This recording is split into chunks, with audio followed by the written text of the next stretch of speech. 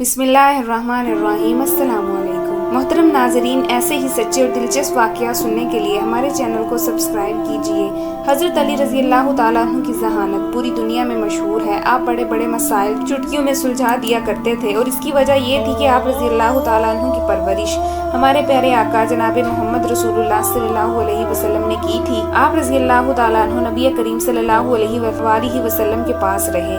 हज़रत अली रज़ी अल्लाह तआला अन्हु के बारे में मौलाए कायनात नबी करीम सल्लल्लाहु अलैहि वसल्लम ने इरशाद फरमाया कि मैं अली का शहर हूँ और अली इसका दरवाज़ा है। आप रज़ी अल्लाह तआला अन्हु के दरबार में बड़े बड़े मसले पेश आए और आप बड़ी ही आसानी से उन्हें सुलझा दिया करते थे। ऐसे ही एक बार का वाक़या है कि ऐसा ही एक मसला आपके सामने पेश आया। हुआ ये कि एक शख्स मरने वाला था। उसने अपनी वसीयत में लिखा कि मेरे पास 17 ऊँट हैं और मेरे 3 बेटे हैं और इन 17 ऊँटों को मेरे 3 बेटों में इस तरह से तकसीम करें कि मेरे सबसे बड़े बेटे को इन 17 ऊँटों का आधा हिस्सा मिले और मेरे दूसरे बेटे को 17 ऊँटों का 1/3 हिस्सा मिले। मेरे सबसे छोटे बेटे को इन 17 ऊँटों का 9वां हिस्सा मिले। इसकी वफात के बाद उसके रिश्तेदारों ने जब इसकी वसीयत पढ़ी तो वो सब हैरान रह गए और परेशानी में पड़ गए कि आखिर 17 ऊँटों इसके 3 बेटों में इसकी वसीयत के हिसाब से किस तरह बांटा जाए। अगर 17 ऊँटों का आधा करे तो उसके बड़े बेटे के हिस्से में 8.5 ऊँट आए। तो वो परेशानी में पड़ गए कि भला आधा ऊँट किस तरह से दे और इसी तरह से बाकी 2 बेटों ने भी ऊँटों की काट चाट किस तरह से करें। तो काफ़ी सोचने के बाद उन्होंने फैसला किया कि सिर्फ एक ही शख्स है जो हमारी मदद कर सकता है और वो हज़रत अली इब्ने तालिब रज़ी अल्लाह तआला अन्हु। लिहाजा वो लोग हज़रत अली रज़ी अल्लाह तआला अन्हु के दरबार में हाजिर हुए और वो जो उनके सामने अपनी परेशानी का इजहार किया तो उन्होंने हज़रत अली रज़ी अल्लाह तआला अन्हु को सारा वाक़या बताया और हज़रत अली रज़ी अल्लाह तआला अन्हु ने उनकी बात सुनने के बाद फरमाया, मैं ये 17 ऊँट इन तीनों बेटों में वैसे ही तकसीम करूँगा जैसा कि उनके वालिद ने अपनी वसीयत में लिखा है। उसके बाद हज़रत अली रज़ी अल्लाह तआला अन्हु ने अपने एक साथी से अपना 1 ऊँट मंगवाया और उसे इन 17 ऊँटों में मिला दिया। इसी तरह से अब 18 ऊँट हो गए। उसके बाद उन्होंने ऊँटों को तकसीम करना शुरू किया। उन्होंने इस आदमी के मुताबिक उसके सबसे बड़े बेटे को कुल ऊँटों का आधा हिस्सा यानी कि 18 ऊँटों में से 9 ऊँट दे दिए। इसी तरह से दूसरे बेटे को कुल ऊँटों का 1/3 हिस्सा यानी 6 ऊँट दे दिए और सबसे छोटे बेटे को कुल ऊँटों का 9वां हिस्सा यानी 2 ऊँट दे दिए। लिहाजा तीनों भाइयों को तकसीम किए हुए ऊँटों को जोड़ें। सबसे बड़े बेटे को 9 ऊँट, दूसरे बेटे को 6 ऊँट और सबसे छोटे बेटे को 2 ऊँट मिलाकर कुल 17 ऊँट हो गए। और इसके बाद आखिर में हज़रत अली रज़ी अल्लाह तआला अन्हु ने अपना ऊँट उन 17 ऊँटों में मिलाया था उसे वापस ले लिया। और इस तरह हज़रत अली का ये फैसला देखकर सारे लोग हैरान रह गए। अब तक कितना मुश्किल मसला है हज़रत अली रज़ी अल्लाह तआला अन्हु ने इतनी आसानी से निपटा दिया। और इस तरह हज़रत अली रज़ी अल्लाह तआला अन्हु ने अपनी ज़हानत को फिर से साबित कर दिया। यहूदियों को ये मालूम था कि नबी करीम सल्लल्लाहु अलैहि वसल्लम इल्म का शहर हैं और हज़रत अली रज़ी अल्लाह तआला अन्हु इल्म का दरवाज़ा हैं। इसलिए उन्होंने ये कसद किया कि हज़रत अली के पास जाएं और उन्हें इल्मी बुनियाद पर शिकस्त दें, क्योंकि उनका ख्याल था कि उससे मुसलमानों पर गलत असर पड़ेगा और अगर हज़रत अली इन ये सवालों के जवाब देने के लिए राज़ी हो जाएं तो यकीनन उनको मार देने में कामयाब हो जाएंगे। चनाचा यहूदियों की एक जमात रासलक जालक नामी एक शख्स की सरबराही में हज़रत अली रज़ी अल्लाह तआला अन्हु के दरबार में हाजिर हुई और कहने लगी कि ए अली, हमने आपके इल्म की बहुत शोहरत सुनी है। हज़रत अली रज़ी अल्लाह तआला अन्हु ने फरमाया, तो फिर क्या इसकी तस्दीक चाहते हो? तो उन्होंने कहा, हम आपसे चंद सवालात करना चाहते हैं। अगर आपने सबके सामने हमारे सवालों के सही सही जवाब दे दिए तो हम आपको बाबुल इल्म तस्लीम करेंगे, लेकिन हमारी एक शर्त है कि हम अपनी किताब तौरात से सवाल करेंगे और आप हमें कुरान की बजाय तौरात से ही उसके जवाब देंगे।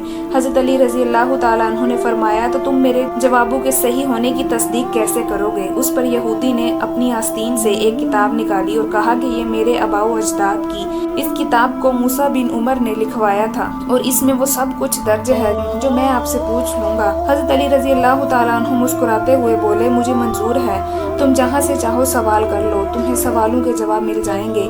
हाँ, अगर मैंने तुम्हारे तमाम सवालों के जवाब सही दे दिए तो क्या तुम सब इस्लाम कबूल करोगे? यहूदियों ने कहा, बिल्कुल, अगर आपने हमारे तमाम सवालों के दुरुस्त जवाब दे दिए तो हम इस्लाम कबूल कर लेंगे, क्योंकि ये इस बात की वाज़िह दलील होगी कि आपने जिस ज़ात से ये इल्म सीखा है वो कोई आम शख्स नहीं बल्कि अल्लाह ताला की तरफ से भेजे गए रसूल हैं। यहूदी जानते थे कि मुसलमानों की किताब कुरान है और अपने गरूर और तकब्बुर में ये समझ बैठे थे कि हज़रत अली रज़ी अल्लाह ताला अन्हु तुरैत से किए गए सवालों के जवाब न दे पाएंगे और उन्हें इस्लाम कबूल करने की नौबत नहीं आएगी। यूँ मामला तह पाए गए और लोगों का एक बड़ा मजमा दरबार में हाजिर हुआ। अभी सवाल जवाब का सिलसिला शुरू ही नहीं हुआ था। यहूदी इस बात पर यकीन कर बैठे थे कि वो आसानी से हजरत अली को मात दे देंगे। इनके चेहरे पर फातिहाना मुस्कुराहट। यहूदी ने मजमे की तरफ नजर दौड़ाते हुए तकब्बुर से भरपूर लहजे में पहला सवाल किया, ए अली, मेरा पहला सवाल ये है कि वो कौन सी चीज़ है जो खुदा के लिए नहीं है।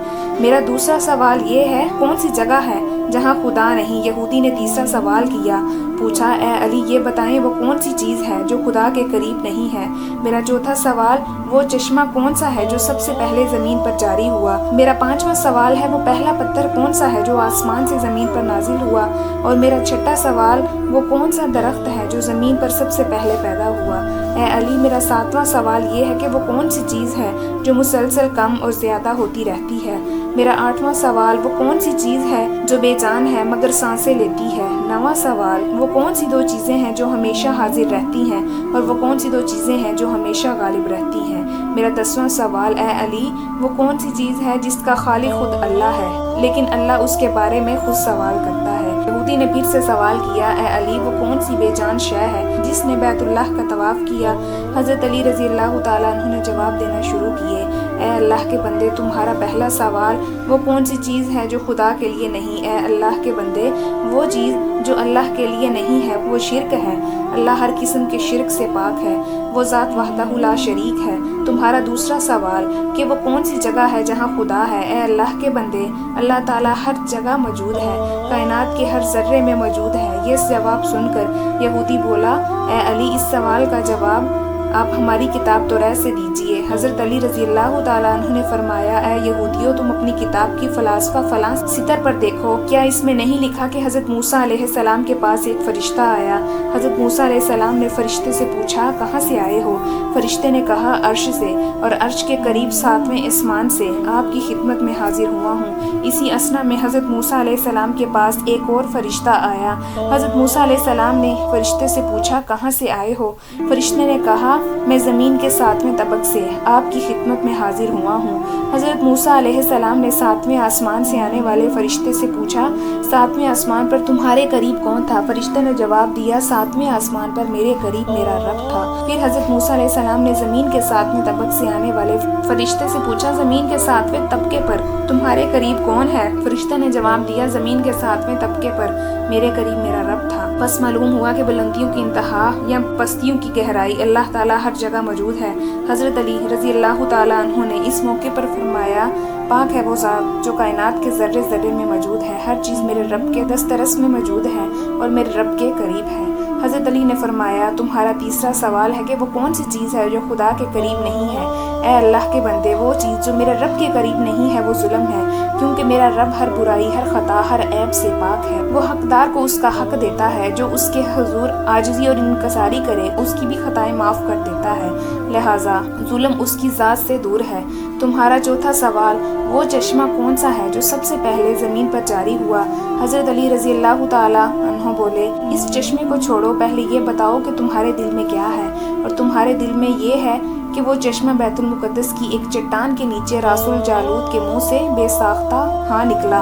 तो हज़रत अली बोले कि आज अपनी इस्लाह कर लो, क्योंकि ज़मीन पर बहने वाला पहला चश्मा वो नहीं जिसे तुम लोग समझते हो, बल्कि ज़मीन पर बहने वाला पहला चश्मा वो है जिससे हज़रत खिज़र अलैहिस्सलाम ने पानी पिया, और यही वो चश्मा है जिससे आबे हयात जारी हुआ। तुम्हारा पांचवा सवाल, वो पहला पत्थर कौन सा है जो आसमान से ज़मीन पर नाजिल हुआ। ए यहूदियों सुनो, यकीनन तुम लोगों के ज़हनों में पहला पत्थर वो है जो बैतुल मुक़द्दस में नस्ब है, तो इस बात को क्यों भूल जाते हो कि खाना काबा बैतुल मुक़द्दस से कहीं पुराना है और हजर अस्वद इसी वक्त नस्ब किया गया है जब खाना काबा पहली बार तमीर हुआ था, और वही पहला पत्थर है। तुम्हारा छठा सवाल, वो कौन सा दरख्त है जो ज़मीन पर सबसे पहले पैदा हुआ।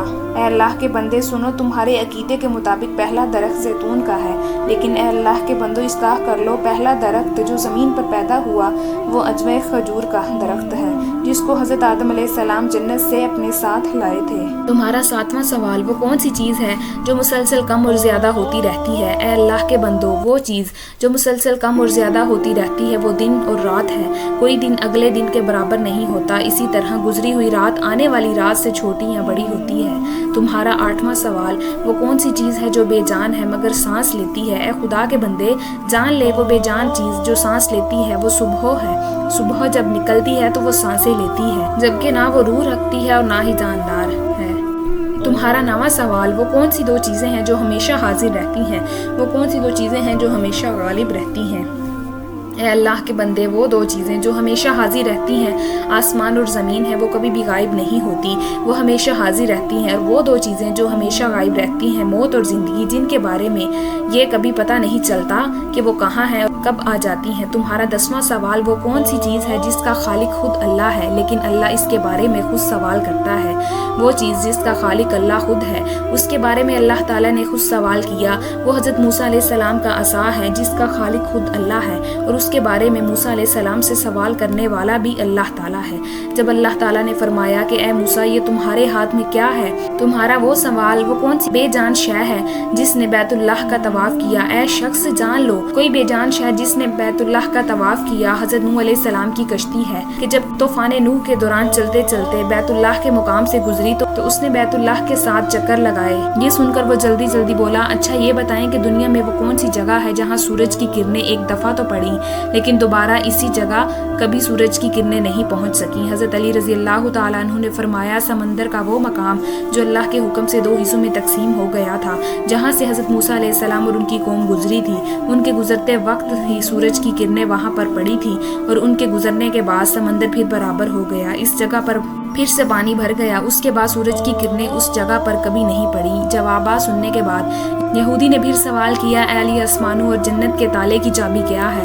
حضرت علی رضی اللہ تعالیٰ عنہ نے جواب دیا، آسمان اور جنت کے تالے کی چابی میرے مصطفیٰ صلی اللہ علیہ وسلم کا عشق ہے، اور عشق کا ابتدائی اظہار کلمے سے ہوتا ہے۔ پس حضرت علی رضی اللہ تعالیٰ عنہ نے کلمہ پڑھا، لا الہ الا اللہ محمد الرسول اللہ۔ اس کلمے کا سننا تھا کہ یہودیوں کے علماء اور خود راس الجالوت نے کلمہ پڑھ لیا اور سب کے سب دائرہ اسلام میں داخل ہو کر مسلمان ہو گئے۔ سبحان اللہ۔ محترم ناظرین، یہ تھی حضرت علی کی ذہانت اور لاجواب فیصلے۔ امید ہے کہ آپ کو یہ ویڈیو ضرور پسند آئی ہوگی۔ اگر ویڈیو پسند آئی ہو تو اس ویڈیو کو لائک کریں اور ایسے ہی سچے اور دلچسپ واقعات سننے کے لیے ہمارے چینل کو سبسکرائب کریں۔